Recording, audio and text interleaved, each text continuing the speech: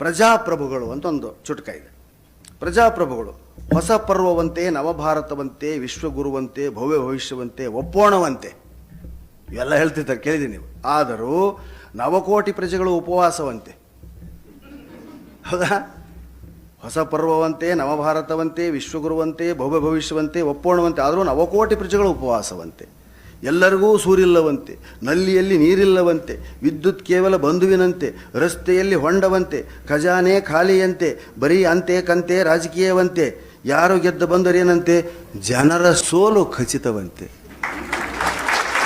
ನೋಡಿ,